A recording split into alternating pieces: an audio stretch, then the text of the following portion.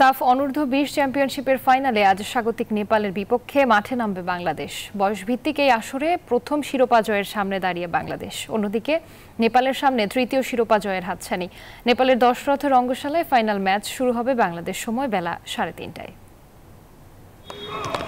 বাংলাদেশের প্রথম আর নেপালের সামনে হাতছানি আসরের তৃতীয় শিরোপা ঘরে তোলার। গেল আসরে যেটা হয়নি সেটা চলতি আসরে দ্বিতীয় সেমিফাইনালে করে ফেলেছে বাংলার যুবারা।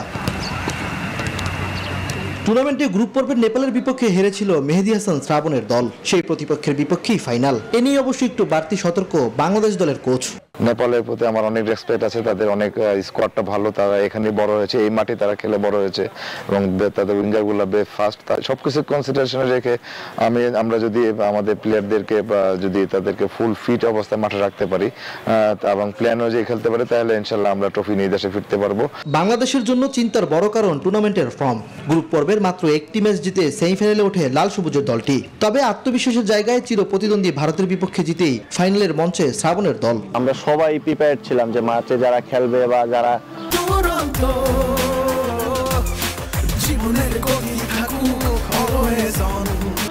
বেঞ্চে থাকবে সবাই যেন রেডি থাকে যে যেই মাঠে নামবে সে যেন 100%টা দিতে পারে, কারণ এনিহাও আমাদের ম্যাচটা উইন হওয়া দরকার ছিল। গেলবার ফাইনালেই ভারতের কাছে হেরে শিরোপা হাতছাড়া করেছিল তারা। ইমরান হোসেন, নিউজ 24।